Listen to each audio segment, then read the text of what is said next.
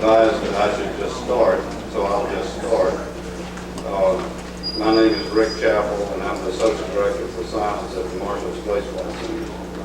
And I've been asked to share some ideas with you today about America's future in space, and particularly the importance of the space program to America's future in a broad way. I wanted to start by welcoming all of you who are not Huntsville residents who come in from out of town for the meeting, and to say that we are very proud here in Huntsville to have you, to have this group with us, to be able to share what I feel is our very unique community with you.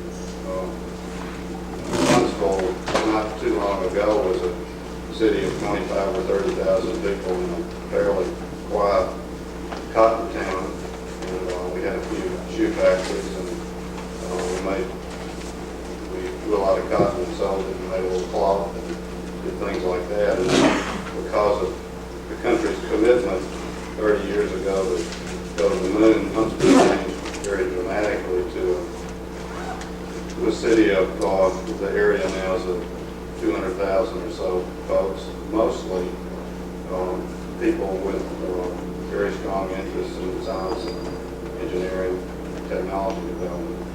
And so I think it's a very unique country, a very unique city in this country, and probably in the world, in terms of the concentration for its size, the concentration of people all interested in basically the exploration of space for one reason or another. And so you find here a stronger sense of community within the technology arena than you find in most places, because a lot of the technology focus areas are in larger metropolitan areas, and there's a lot of other things going on besides just space exploration. Such is not the case in Huntsville, and you find people here where the community, the spirit of the community is carried along by people dreaming about what might be, and that gives you a very nice, progressive feeling for all that goes on. Those of us who are younger, I still think of myself as being a little bit younger because I've only been in NASA for 20 years. It was not with the founding group, but those of us who are younger feel very fortunate to have been able to join people, particularly the folks in the Von Braun team who came here originally to start the activities in space exploration in this area. We feel very fortunate to have the opportunity to know those people, to work with those people, and to still honor the work that they did in getting all of this activity started. So the community has a space history as long as the space program is, and has made, I think, very significant contributions to humankind's leap off the earth. And we're very pleased that you're here and that we can share these feelings in the community with you. I want to talk today about the need for America to dedicate itself aggressively and consistently to space exploration, something that we have not been doing now for quite some time. We've done a space program for 30 years, but our past couple of decades have been not aggressive and not consistent. And although the accomplishments in space over the past 2 decades have been significant, they could have been much more had the country chosen to use a consistent and aggressive approach as opposed to an ambivalent and, as my son would say, wishy-washy approach to what we should do in space exploration. And I want to share some ideas with you about what I feel that we should do. Let me begin by giving you my assessment. This is not NASA's assessment, but my assessment of the current situation in light of a lot of different groups and their view of the space program. First of all, I would say that the American public support, general public support for space exploration is very broad and is continuously positive. A lot of times it's described as broad and but not deep. In a lobbying sense, if you're trying to move votes in Congress one way or another, you need there's a feeling that you need some depth every once in a while to bear down on a given issue as opposed to breadth. But the natural support of the general public, I think, for space exploration is very positive and consistently positive. However, few Americans realize if you ask the American public, should we do more space things or less, that's asking them for a value judgment.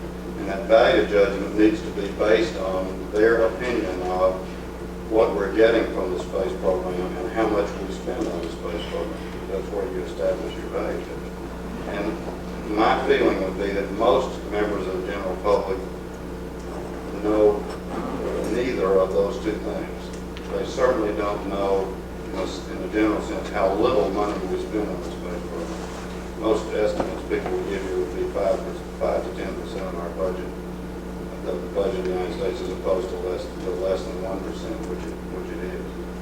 And then they are not as familiar with, although they see things in the paper periodically about things that have been learned, they are not as familiar with the very deep list of things, new knowledge that comes out of the space program and new technologies that come out of the space program. So if you ask them, should we do more or less, you don't get a clear answer because of this lack of knowledge. So their support is friendly, the public, but not aggressive vis-a-vis more space. Now from the media point of view, and I'll try to be objective on this, my impression is that the media beautifully reports the successes in the space program in a succinct, non-front page sort of way. But the media continues to prominently criticize NASA for its technical difficulties. By doing this, it somehow implies that new technology development should be an easy, relatively straightforward thing to do. But the impression that is being given continuously, particularly in the recent, I think, couple of decades, about space exploration is that anytime there's a technological problem, it's because of inadequate management and not because that doing things that nobody's ever done before always brings you in contact with things you didn't think of and problems, and typically that means that either you got to spend more money or you have to take longer to do it. The public is being fed a feeling that space exploration and technology development and research is a more straightforward thing to do, and hence if you set up your management correctly, you won't ever have any surprises. And surprises represent a failure on the part of the individuals doing the job, and not what it really is, which is the nature of the business, which is to find things that nobody ever thought of before and they have to deal with. There seems to be in the media a continuing stream of quotes about NASA's technical approaches that typically are made by people with backgrounds in political science and history. I have a little trouble with that myself because I have a lot of good friends who, my father's a historian, and I have a lot of good friends who are political scientists, but I think that their connection to the nature of managing technology and their understanding of what science and technology development really are is probably not adequate to put them in a position to be the spokesperson on behalf of the United States in general on how NASA is doing its job. If we were getting advice if we were getting quotes in the paper from people who had careers in technology management and that sort of thing, I think we probably have different quotes for one thing. But it would be a lot easier for me to be comfortable with what's said. The media coverage, to me, seems to be more along the Monday morning quarterbacking approach. That is, the wonderful vision that comes in hindsight. Oh, gee, it could have been done, if I'd done it, or if we just thought about it, if those guys had just known the bulk of the water and the tends to further this image that any problems that come up are because of inadequacies of the people doing the job and not the nature of the job itself. It's more of a Monday morning quarterbacking presentation of the space program than the way it was during Apollo, which I would characterize as a Team America approach. In Apollo, you didn't, and I guess it's because we felt there was a very strong international competition. It was sort of it was a Cold War situation. So much more of a we need to be pulling together on this thing.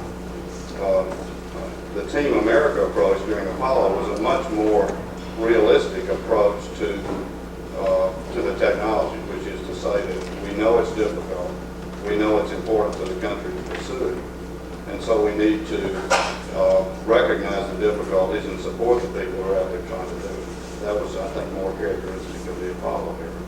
And it's really the way we ought to be doing things today, because as I'll come to a little bit later, the challenges that we have in technology development today are as critical, or probably more critical to the future of the country than they were during the Cold War. The administration, I think, my feeling is that the administration has an excellent understanding of the role that new technology plays in underpinning the economy of the country. So I think they're pretty clear on it. They understand that pretty well.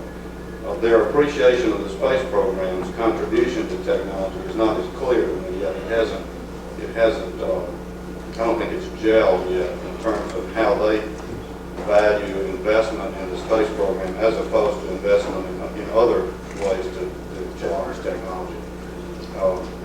But I think there's reason for optimism, but we're going to have to let that play out a little bit. The Congress seems to continue having a difficulty as a body in understanding the importance of investing in science and exploration and technology. There are clearly pockets of understanding. People like George Brown and people around him are very clear in their understanding of what technology can do in this country. And he pushes it, and I think he pushes it for the right reasons. His office put out a paper about a year ago that I agree with everything in it in terms of why do technology, how do you do technology, how do we redeploy the budget of the United States to enhance the country's foundation in technology. There are pockets of understanding in Congress that we can feel comfortable about. However, as a body, I think the Congress does not yet see technology as a mainstream contributor to turning this country's economic problems around. They see it more in a nice to have sort of thing that you do after you work out all the big issues. And that, of course, in my opinion, will be that that's not the right approach.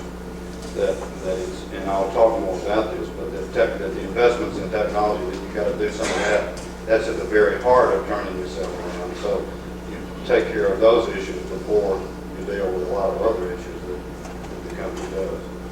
So rather than seeing space exploration as a technology driver, which will produce new products for the country and lead to tax revenues then, which will support all the country's other needs, they see it as this nice to have thing that you do.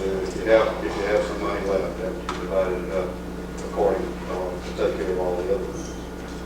So here we are. We're at the end of May. We're going into another budget cycle now. So we're starting to see the discussions of the NASA budget and the science and technology budget in general in the United States. And although there is some hope that the NASA budget can increase this year, and the proposed budget is an increase, it's not clear whether the Congress will, as they apportion the funds, feel that increase, that there's just enough discretionary money to do that. And we're going into another round of this incredible discussion about do we really want a space station, this annual thing that is exemplary of the inconsistent approach to space exploration that the country can take. Just the wrong way to do it. You don't make your mind up again every year if you're in a technology development arena that takes a long time. So we're going into that again. The congressional message to the public if as a member of the public, if we are influenced by, say, the context in which the United States is looking at space exploration, the congressional message to the public about investment in science and exploration and technology is far from clear, and it's certainly not consistent, and it's most certainly not aggressive. In fact, it's pretty ambiguous. And this ambiguous, I can't decide whether I want to do it or not, feeling is going to be detrimental to the current activities that go on. Those people who are currently working in technology are not sure what's going to happen next, so there's some uncertainty about your work. But it has a tremendous influence over the next generation of people that are going to come do this. You know, your kids who are in high school trying to decide what they want to have a career in are not going to choose science and engineering if they're not sure what the country thinks about it. Particularly, they're not going to go into space exploration if they're not sure we're going to have space exploration by the time they graduate from college. So the inconsistency has a tremendous negative influence on the career decisions that tomorrow's technologists and scientists are making.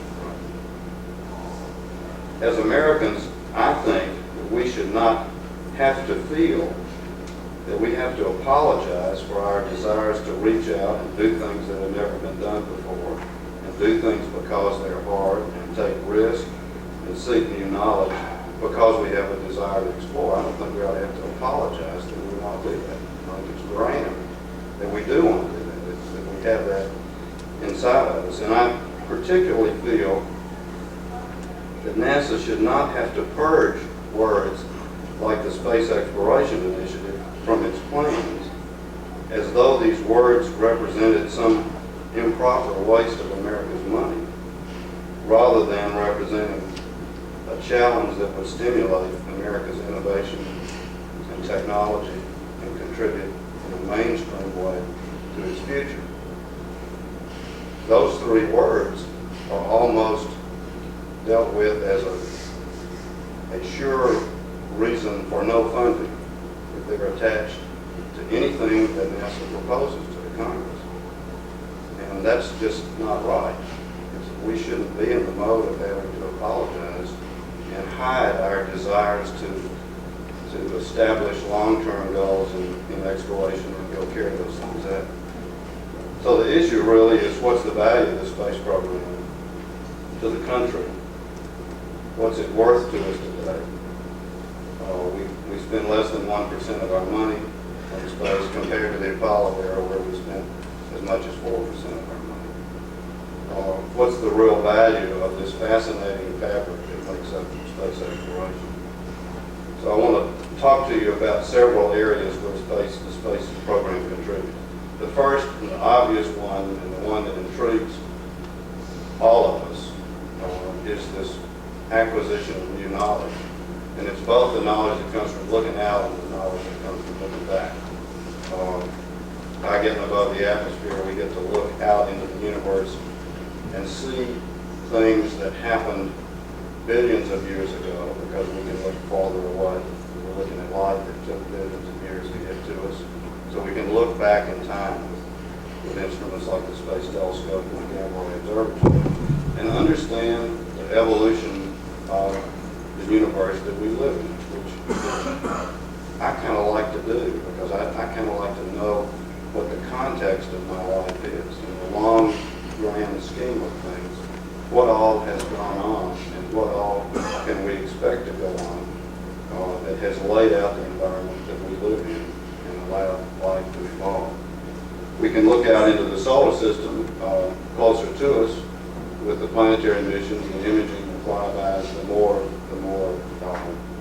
concentrated missions now, like Galileo and Mars Observer, where we spend a lot of time around the planet studying their environment, to understand how our home, the solar system, came to be. How did the gas and dust collect around this very average star of the sun, and how did it clump into planetesimals and then into planets, and how did life start on at least one of those planets? And has there been life on other of those planets? And are there the early building blocks of life on some of the moons of Saturn, for example, or some of the moons of Jupiter? I can't think of anything more basic than continuing to push the knowledge arena to understand what caused the thing to develop that has given life to the universe, and how to give us a foundation to understand our lives in this broader context. Now, as you look out from Earth, and as you go out from Earth, you're faced with this very strong impression that comes from looking back at Earth from a distance that we're all familiar with. I'm very taken by something that T.S. Eliot said many years ago, long before there was a space program. He said that we shall never cease from exploration, and the end of all our exploring will be to return or to arrive where we began and know the place for the first time. If you go up in Huntsville, Alabama, and you never go anyplace else, then you understand the world and you understand life in terms of the context of Huntsville, Alabama. You travel all over the world, you see life, you understand life, and the cultural diversity and the different interests that people have, you understand that in a different way. If you look at the Earth from space, and you don't see any boundaries, and you're dealing with continents, you're dealing with one planet, you're dealing with one set of human beings, all of whom are interdependent on each other and on the planet. It's a very different context in which to look at the Earth and the people on the Earth. And it's a positive context. It's the right way to look at things. And it drives you toward this, Frank White calls it the overview effect, but it drives you toward a new appreciation of that we're all in this together, which is very important for this Earth. And we've gone through this peak of the precipice of nuclear weapons, which hopefully we're coming down off the other side of now, where we set ourselves up to not only take out one nation taking out another, but we could, with a few tens or hundreds of these things, just sort of take out the whole planet and end everybody's misery, or put everybody into misery, whatever. We've gotten past that, I think, and now we've got an opportunity to utilize the environmental challenges that we feel as a positive forcing function to bring the people of the world together. I don't know that we've ever had this before. We've always had a positive forcing function that comes from a general mutual desire for peace. There are always pockets of agitation here and there, but generally people have peace around the world. But that's a philosophy and a goal without as pressing a time scale as the environment is. Now we're faced with a situation where we can see the environment being progressively more challenged globally. And there's a positive forcing function to cause the people of the world to work together to both understand the environment and the way it's changing, and then to begin to make decisions together as to how to change the way we live in order to live in more harmony with our planet. So, and that's a positive thing. It's a challenge in the sense that everybody's got to come together to do it. But the fact that everybody has to come together to solve global environmental issues is a good forcing function to push toward cooperation. We're all in this thing together. Everybody's got to be a part. Those are good kinds of challenges to have.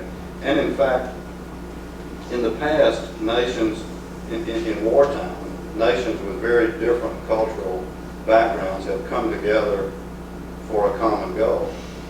Unfortunately, during wartime, the common goal is killing other people. But it is possible to bring people with very different cultural backgrounds together for a common effort. Now that shows it can be done, and it can be done in the case of the environment. That is, bringing all the nations of the world together to understand how the environment is changing and to make the decisions that are going to align human activity more with what's required for a sustainable planet. Now, the space program plays a huge role in the environmental effort, and we are not viewed necessarily as, those of us who are interested in space exploration, are not necessarily viewed by the environmentalists always as the good guys, because we can be viewed as the bad guys in terms of we need some budget, and there's not much of this domestic discretionary budget around. And so we compete with environmental efforts, or we're perceived to compete with environmental efforts for money. On the other hand, NASA's programs will probably be the source of a very high percentage of, maybe 80 or 90% of all the information that will be acquired about the environment and how it's changing. So we are really at the heart of the environmental program from the very positive way of furnishing the knowledge on which other people can then make policy decisions. So I think the space effort first gives you this overview effect, which leads to more of an understanding on the part of humankind of the need to come together. We're all in this together. And then NASA will furnish the information, or a great percentage of the information, about how the environment's changing, which will then be the basis on which we make future decisions. And the mission to planet Earth, of course, the Earth observing system, satellites, all the things that we're very anxious to see carried through to fruition as soon as we can. All of those things are the key, and the Earth observing system, data information system, which will make the information available to people all over the world about the environment. All of those are key to the environmental, to understanding the Earth's environment and dealing with it. So NASA is a very strong contributor to the environment. In an interesting way, every time we try to put a new system in low Earth orbit, or a new habitat on the moon, or a new habitat on Mars, we're dealing with the environment, because we have to create an artificial environment for people to live in. And so we're pushing technologies like recycling. We have to recycle. We can't keep carrying this stuff up and using it and throwing it away. So recycling technologies are a natural outgrowth of the things that we're trying to do in human space exploration. Reuse the air, reuse the water, reuse everything we can reuse. Because to not reuse it means you got to keep resupplying it and throwing it away. So it drives technologies for recycling, which are going to be very important for environmental application on Earth. Recycling. We are always pressed for energy. We never have enough energy. So we are driven to develop technologies which are very energy efficient and smart technologies. They don't waste any energy, because we don't have much energy when we're in a remote environment. All of those technologies are going to be useful to the citizens of Earth in more efficiently using the limited energies that we have on Earth. So as we push human exploration, we're pushing technologies that are going to spin off into the Earth environmental arena. Now I want to spend a few minutes talking about technology in general, because space exploration is about pushing technology. And today, and this is something that NASA's talked about for a long time, but I think the country is progressively coming to understand the significance of new technologies to our economy. So, and I mentioned that I think the administration understands that probably as well as any administration in the past.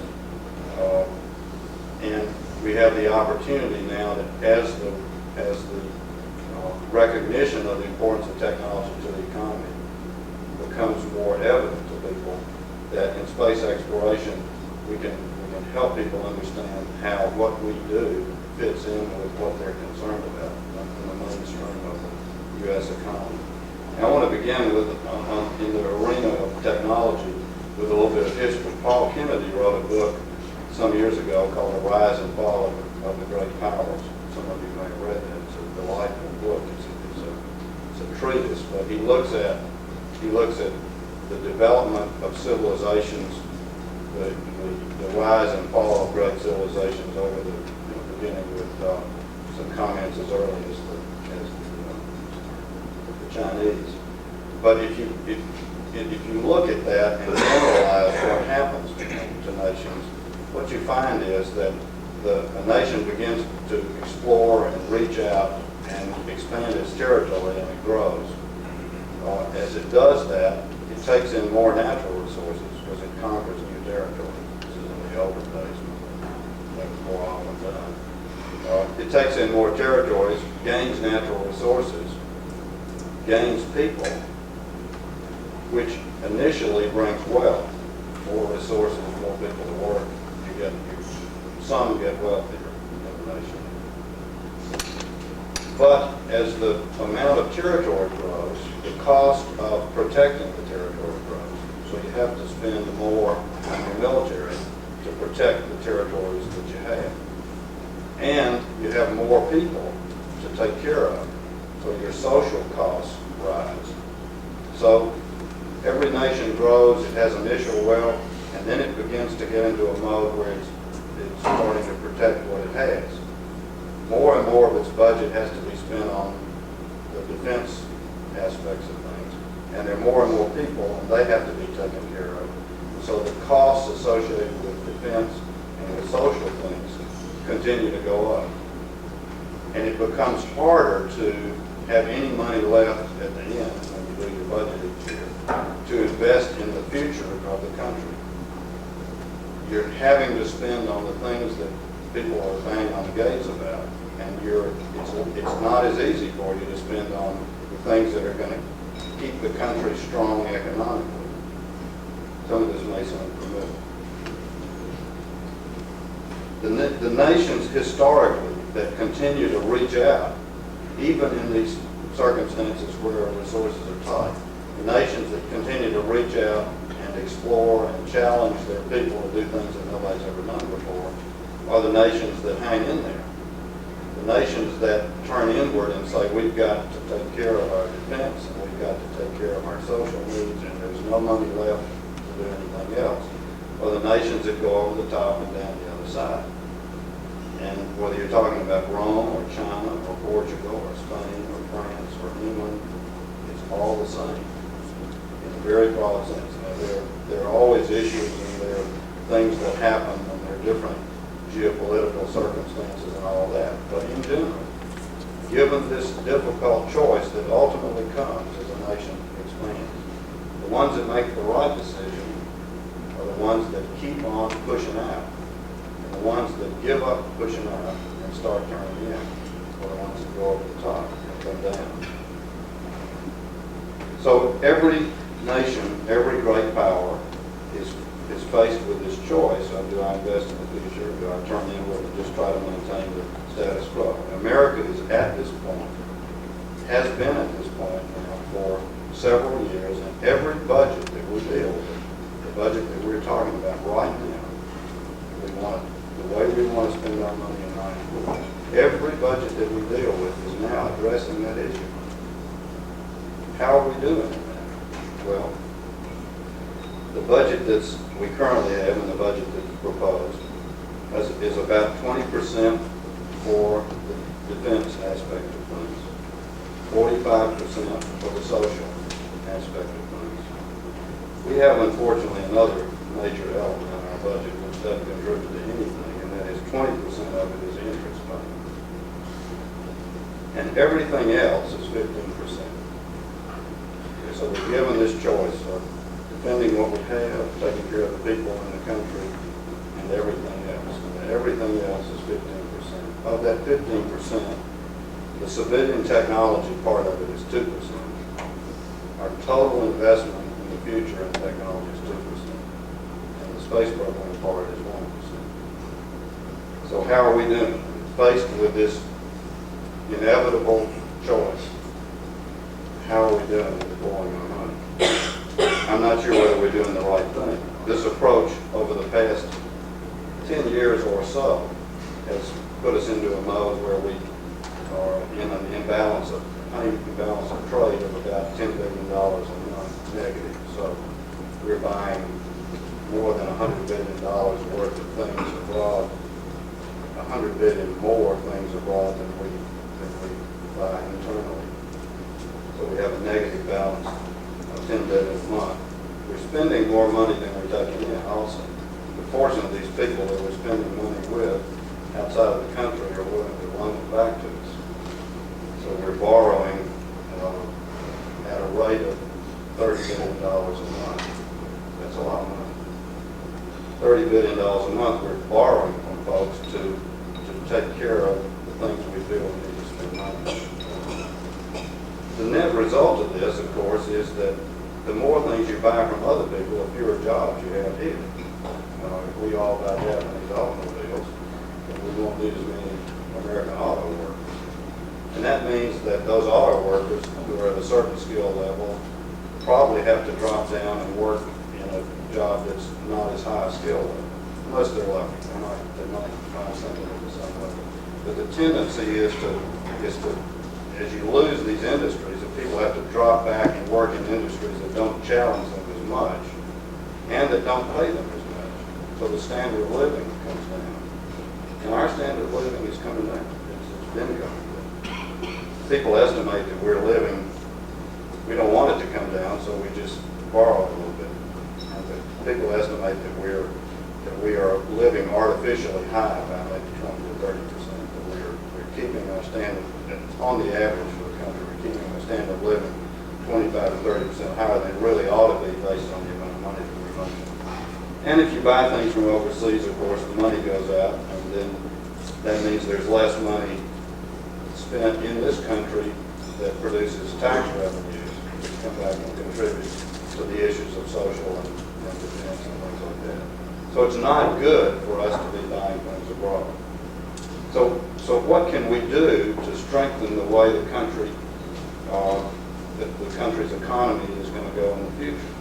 One thing we can do, which is of course directly pertinent to space exploration, is to invest in science and technology more than 1%. I don't know what the right number is, but it's more than 1%. Invest in technologies which then will allow us to make things that other people don't know how to make. America can stay ahead in the world market by knowing how to make things that other people can't make. We can't stay ahead based on only our natural resources because they're limited. We have a lot of natural resources, but they're limited, and we import tremendous amounts of oil and things like that, so that we're not positive and just positive balance of payments are just selling natural resources. And our labor rates are higher. So we can't make things, we can't make a shirt as cheaply as a shirt can be made by one of the Pacific Rim companies because their labor rates are low. So we can't make it based only on natural resources, and we can't make it based on labor. We have to make it based on being able to make things that other people can't make. And that means consistently investing in technology and in science. The technology also allows you to make things better. You've seen the ad recently of the automobile, I think it was a Japanese automobile, where they put the ball bearing on the two metal pieces come in and just rolls nicely around. Perfect fit, all that stuff. Those automobiles are made by very high-tech factories with excellent robotics. You can't give a guy a welding rod and send him in to do that. You got to do that with high tech. So if you invest in technology, you're going to be able to make things better, and you probably can make them cheaper because this machine will work for you 24 hours a day without getting tired, and you're beginning to be able to do things more efficiently, and that means you can sell them cheaper. So you've got more value. And Americans buy value. We want the best thing we can buy for the best price. So investing in technology not only allows you to make things that other people can't make, it allows you to make the things that other people do make better if you invest in the technologies of manufacturing. So we need to, my feeling is we need to invest aggressively and consistently in technology, advancing technology. And we've had examples of that. In Apollo, we invested about $25 billion over that time period, and the estimates are that it generated about $200 billion worth of goods and services. And if you then take the $200 billion, that's a 9-to-1 return estimates. Very difficult to do these estimates, but you say you spend $1 and over the next 15 years you get 9 back in the economy. Then you tax that 9 at 20%, that's $1.80. So you spend $1 out of the treasury, $1.80 comes back into the treasury. So that's a pretty good investment. There are not many ways that a good country spends its money that brings back into the treasury more than we spend. So, but it's got to be consistent and it's got to be aggressive. Clearly, that's what we need to do. Now, I want to talk for a couple of minutes about the nature of technology, because I mentioned earlier that the American public is being presented technology in my mind in an unrealistic way. The expectation that the public has in technology is not in line with what the nature of the business really is. For one thing, doing research in technology is dealing with things that nobody's ever done before, and so it's the world of unpredictability. Now, scientists revel in the unpredictability because that's where you learn something. It's when you go do something that nobody's ever done, you think you know what you might find. Most of the time you don't. And I had an experience with an instrument that my group built for a satellite about 10 years ago, and we got into this thing of planning what part of the orbit. We couldn't run the instrument the whole time. So we were planning what part of the orbit we were interested in, because we had to share our resources with all the other investigators. We said, well, the part of the orbit that's obviously going to be of most interest to us is the lower part of the orbit, around perigee and about halfway out, because that was going to be in the ionosphere and the plasmasphere that we were interested in. Well, fortunately, we had some times where we ran it on the high part of the orbit, which pre-mission we were sure we weren't going to be interested in. The high part of the orbit ended up showing that there was a tremendous outflow of plasma from the Earth out into the Earth's magnetosphere. So much that it may be that the whole Earth's magnetospheric environment is filled by particles that come from the Earth and not from the Sun, which if we're ever able to measure this thoroughly, it'll completely change the way we think about where the Earth's plasma environment comes from. The Earth may do it all itself and not need anything from the Sun other than energy. It's energy. So the discovery came from the part of the orbit that we weren't interested in. And we knew as much about that field as anybody did. That's the nature of the business. It's always that way. The things that you find are the things you didn't think you were going to find and nobody ever thought about. And that's the way the technology and the knowledge advance. But to portray to the public who's funding this that it's not that way, to portray that everybody ought to be able to know exactly what they're going to find, exactly what problems they're going to encounter as they do it, is building a false hope, and one that's then easy to base a future criticism on. Because as you get into the business, you're going to find the things that nobody thought of, and it's going to look like you didn't know what you were doing. But what it really is that you are doing exactly what the nature of science and technology always bring you to. So the only way to really do technology on a schedule, and it's always fraught with difficulty, but the only real way to do that and try to stay on a schedule is to put a lot of extra money in there at the beginning for the things that nobody's thought about yet. And in Apollo, in fact, we did that. There's a wonderful story about how Jim Webb tried to figure out how much Apollo was going to cost. And he put in a factor of 2. He took the best estimate everybody ever had, put all their contingency and everything else they could think of, and multiplied it by 2. And that's what it cost.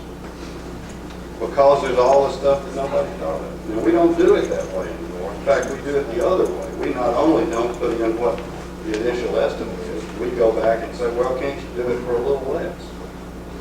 And that's going to always have people who are doing science and technology dealing in an environment which is going to be unrealistic and dissatisfying to the public that's paying for it, if the public is feeling that they ought to be able to get this for some bargain with no surprise. So the nature of technology, it's important that we understand it. The second thing is that the results come, and I mentioned the results in the satellite, but the results in technology come from places nobody thought of. It's a good thing that somebody somewhere in a funding agency thought that this guy who was fiddling around with devices trying to make them emit light at a single wavelength, the laser. It's a good thing that somebody thought it was worth spending a few extra dollars on that, even though there was no clear reason at all other than it was a scientific curiosity of doing it. So now we have laser eye surgery and laser angioplasty compact disc players, and thousands of uses of this technology that nobody envisioned at the time, and that's the nature of the game. And there are lots of examples of that in the space program, whether it's developing the software in order to be able to get the images from Voyager when it was at Uranus, where the signal to noise was very low, and the errors would mess the images up. The mathematicians that developed this forward error correcting code that was put into the satellite in order to pre-code the data so it's easier to decode it when it gets to the ground and you get the noise out of it. Fortunately, those guys did that. And they were driven by wanting to get pictures of Uranus. That software code, which was subsequently put into a chip, is in every one of the CDs that you have, and it cleans up. Unfortunately, the Japanese have applied it more readily than we did. But it's cleaning up the signal that your laser in your CD's reading off the disc and making the music sound nice in your ear. It's hard. We didn't pay those guys to do that because we knew we were going to have a CD 20 years later.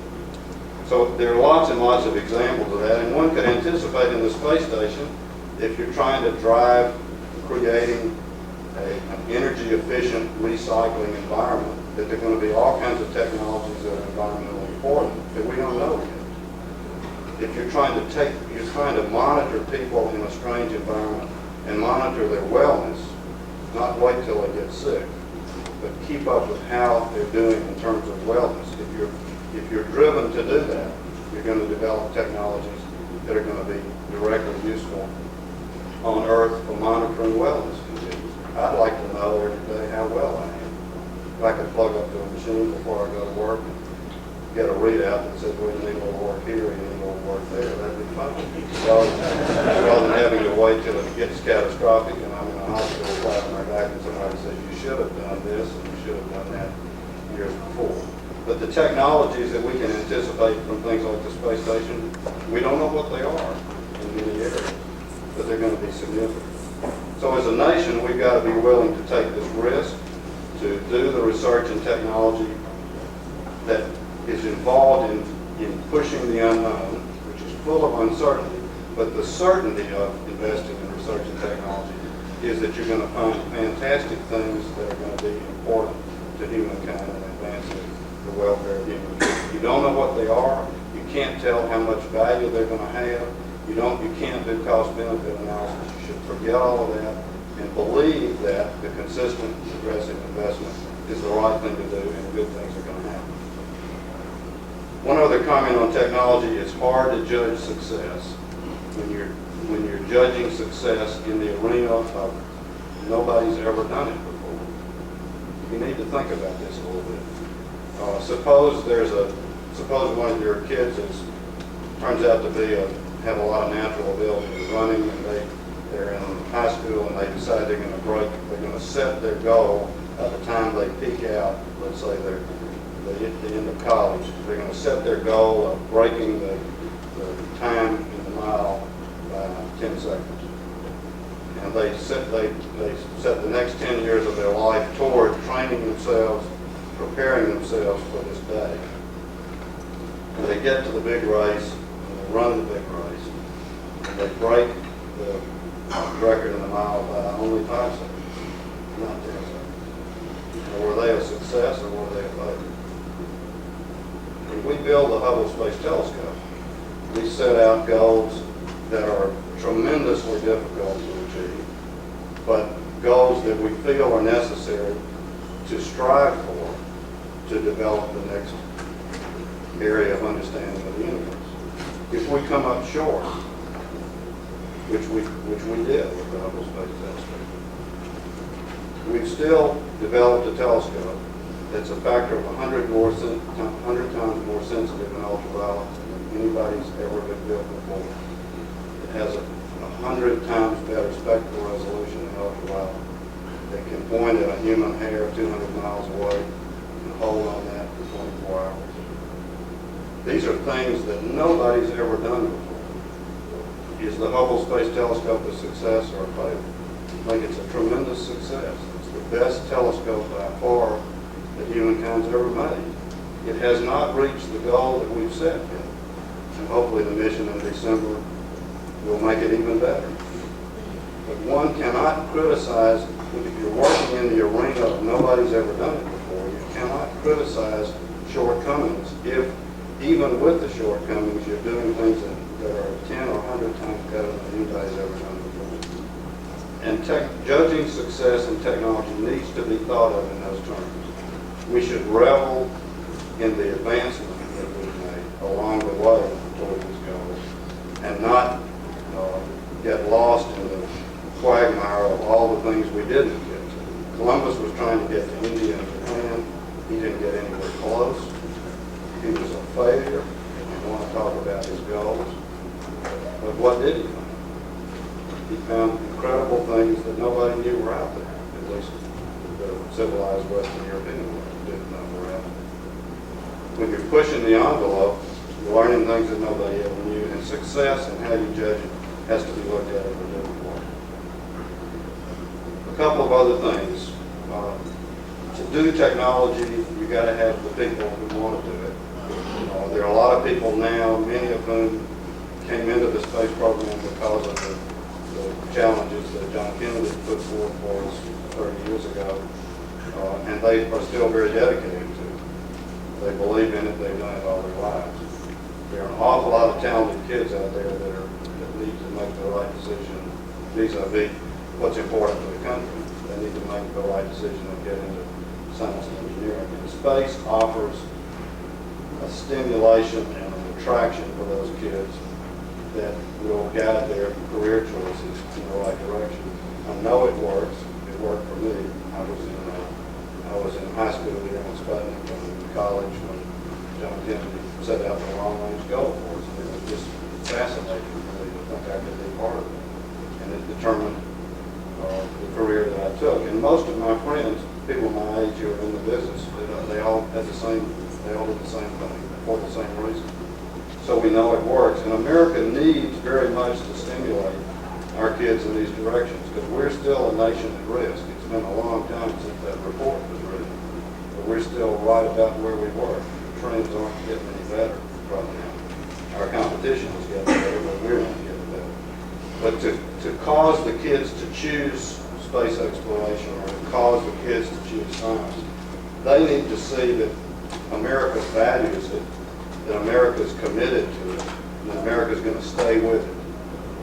And we're not doing any of those things very clearly for them. We are not saying to them, your country needs you to do this, at least as evidenced by the way we deploy our money.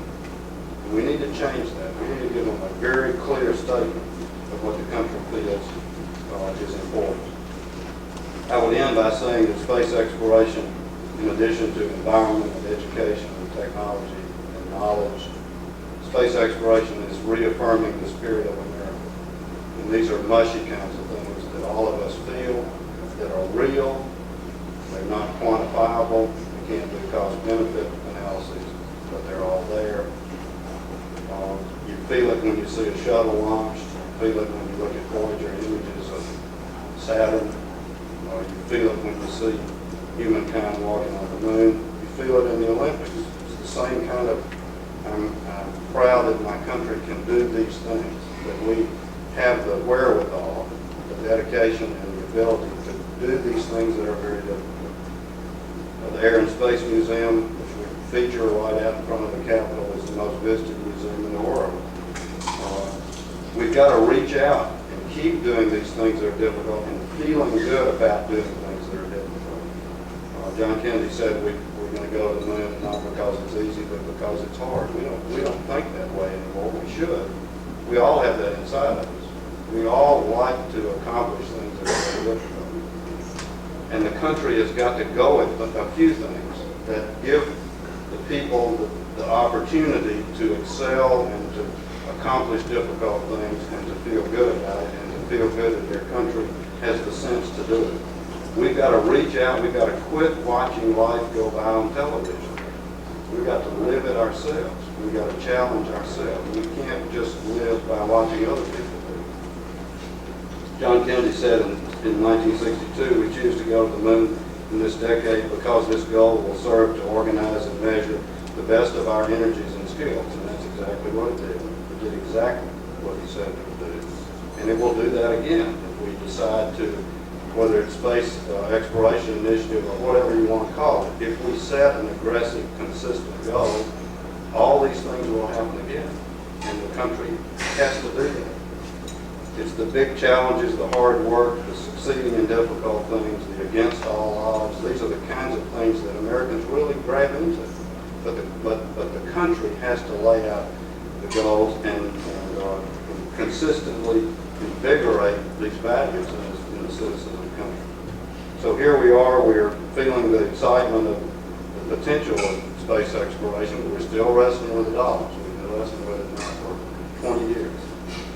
There's almost a disconnection between what space exploration does for us and means to us and what we spend on it. Looking to space is looking to the future, but it's also dealing with the issues of today.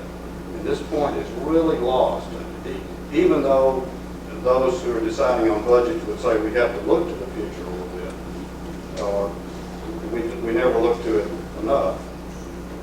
But they need to understand that space is dealing with today's issues of environment, education, and the economy, and things like that. It's not just something that's going to come downstream, although it is that, but it is dealing with today's issues. And it's not spending money out there. I've heard that so many times, but I know you have too. How can we spend money out there, whatever it is, as if it's, we take a shuttle load of dollar bills out, we open the pail and we throw it out. We don't do that. None of the money is spent out there. It's all spent right here, challenging people to do things that nobody's ever done before, which is exactly what this country needs. So when you think about the space program, think about what history tells you will happen to nations that reach out and those that don't. Think about the one world perspective. Think about understanding the environment. Think about challenging our kids in education. Think about American technology being revitalized and regaining the strength that it had during the Apollo program. And a strong, consistent national commitment to space exploration is a commitment to all of these things. You're buying into space exploration. You're buying into all of those areas. It's time for this country to recognize this, to stop apologizing about space exploration, to stop being wishy-washy about it, and to reestablish a Team America approach and just go do it. Thank you.